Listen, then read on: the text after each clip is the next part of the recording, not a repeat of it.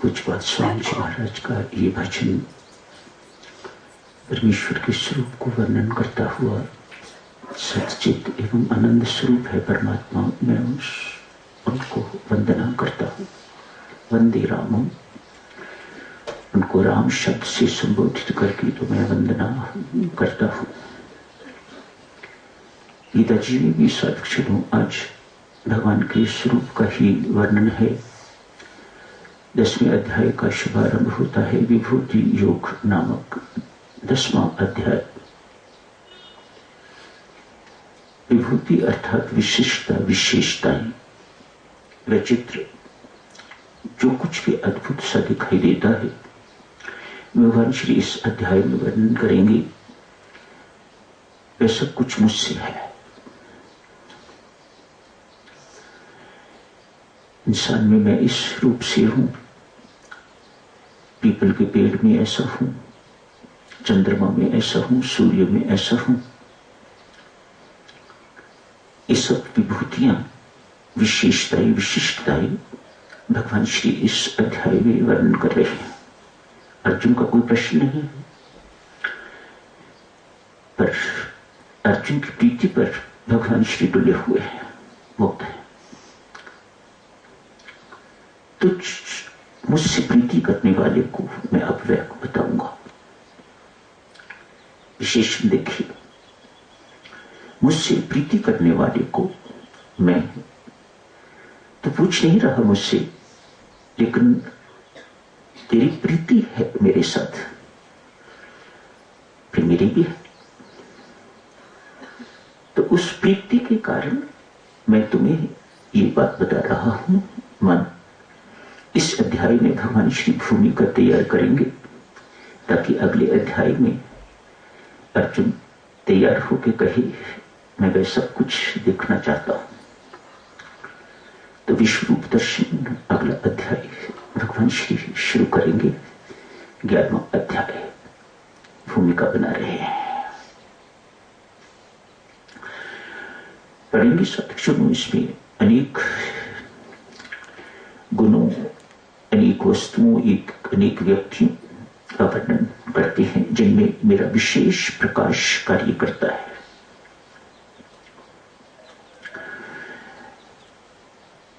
कुछ एक दृष्टांतों के माध्यम से इनको समझने की कोशिश करते हैं।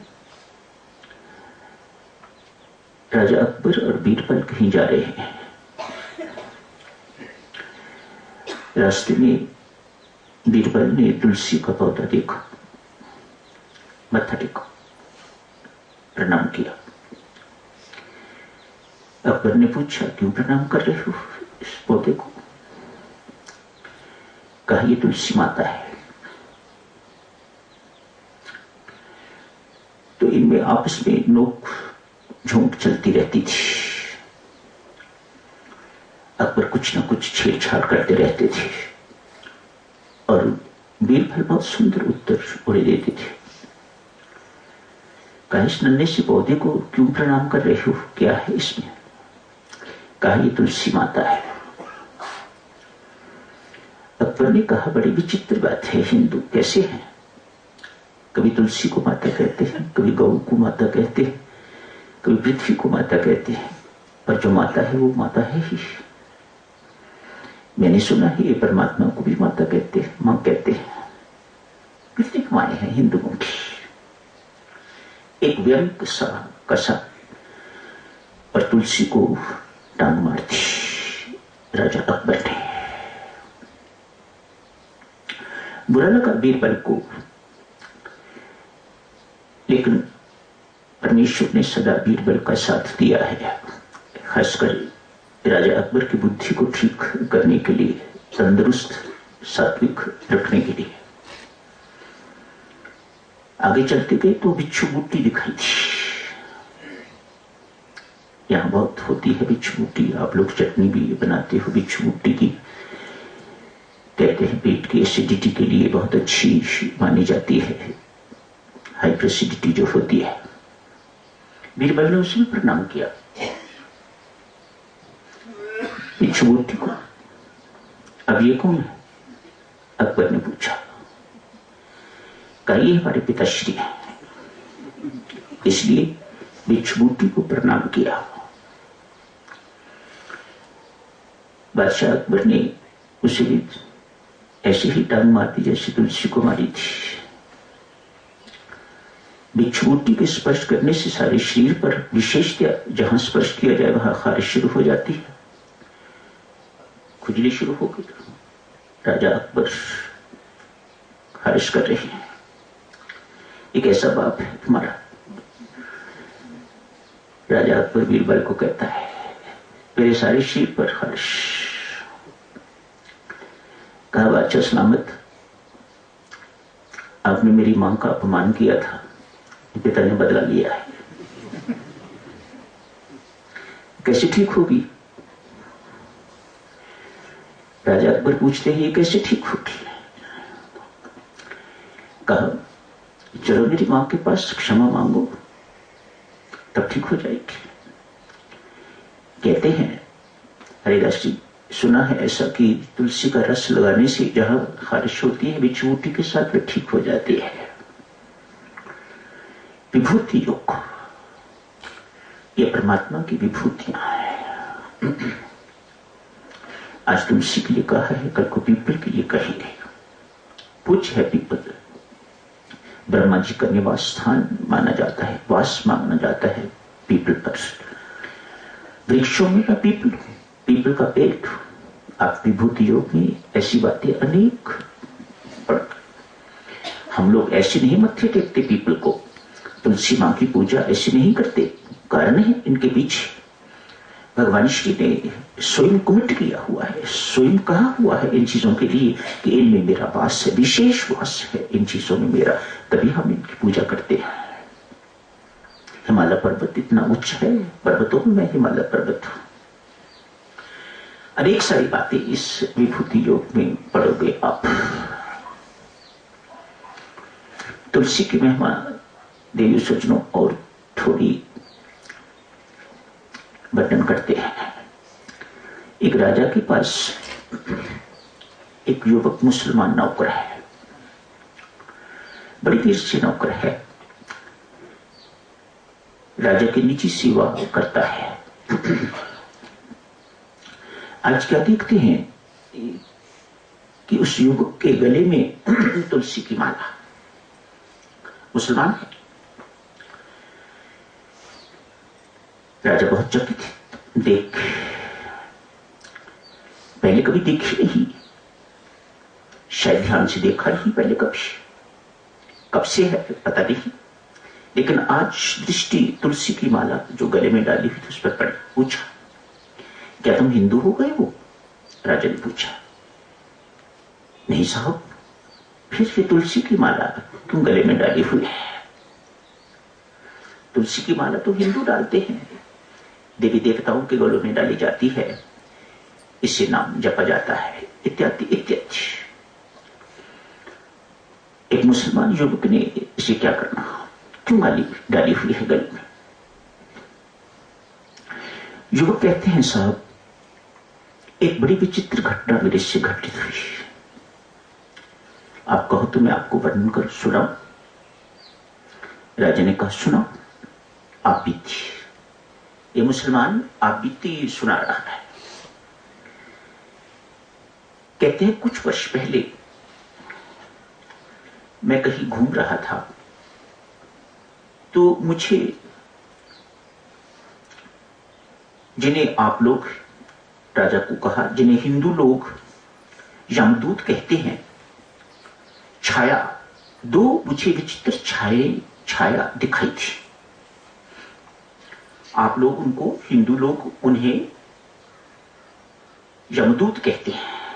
ये मुसलमान सुना रहा है। मैंने अनुमान से समझा कि ये वही है। मैंने उनको प्रणाम किया, पूछा आप किस काम से यहां पधारे हैं? यमदूत का तो एक ही काम है, जिसकी मृत्यु होती है उसके आत्मा को, उसके इस जीवात्मा को वे ले जाते हैं, इसी काम के लिए वो आते हैं। यमदूतों को लगा कि शायद ये समझने लग गया है कि मेरी मृत्यु आ गई है। वो हिंदू मुसलमान थोड़ी देखते हैं, तो हिंदू है, मुसलमान है, सिख है, ईसाई है, उनको तो सबको ले जाना ही ले जाना है। हिंदू मुसलमान सिख ईसाई तो हमारे बनाए हुए हैं ना, उनके लिए तो सब मर गया, उसका जीवात्मा उन्होंने यमपुरी ले जाना है। कहा तेरी मृत्यु नहीं है, तुझे लेने के लिए नहीं आए। फिर कहने लगे मेरे साथ उनका वार्तालाप हो रहा है, कोई अल्लाह की कृपा, ऐसा कुछ उसकी मेहर मेरे ऊपर कि इस प्रकार का मेरे साथ घटना घटित हुई।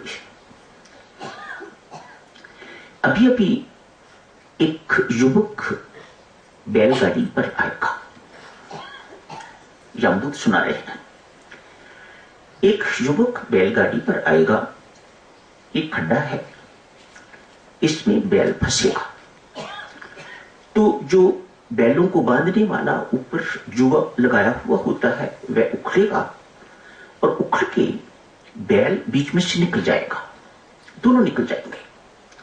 एक बैल, खूंखार बैल, इसके पेट में अपना सींग मारेगा और इसकी मृत्यु हो जाएगी, हम उसका जीवात्मा लेके चले जाएंगे। मुसलमान कहता है राजा साहब, मैंने इन दोनों यमदूतों से कहा, हाथ जोड़ के कहा, अगर आप इजाजत दो, आपकी अनुमति हो, तो क्या मैं ये सब कुछ अपनी आंखों से देख सकता हूं?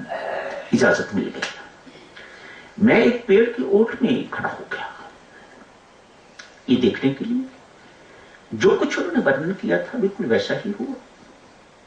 बैलगाड़ी आई है, भागती भागती आई है, खड्डे में पांव पड़ा है, सब कुछ जैसा बताया था वैसा हो गया। बैल एक ने तेज सींग अपना उसके पेट में मारा, मानो ऐसे पेट फट गया हो, मृत्यु हो गई।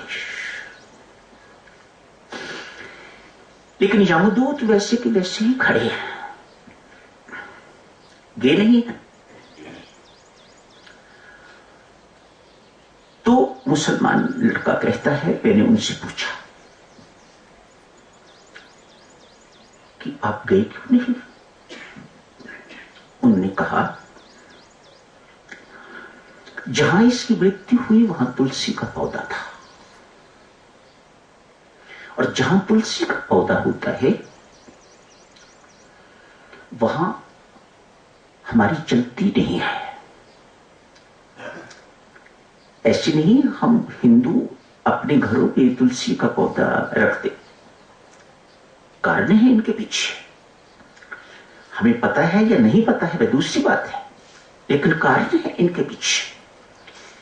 वे यमदूत कहते हैं जहां तुलसी का पौधा होता है उस व्यक्ति की सदगति हुआ करती है, उसे पार्षद लेने के लिए आते हैं। अभी हमारे सामने वे आए थे, आके तो जीवात्मा को अपने साथ ले गए। मानो ऐसे जीवात्मा को हम यमपुरी में या नरकपुरी में नहीं ले जा सकते। ये यमदूत तो जिनको यमपुरी में ले जाना हो, जिनको यम की यातनाएं देनी हो, जिनको नरक की यातनाएं देनी हो, उन्हें लेने आते हैं।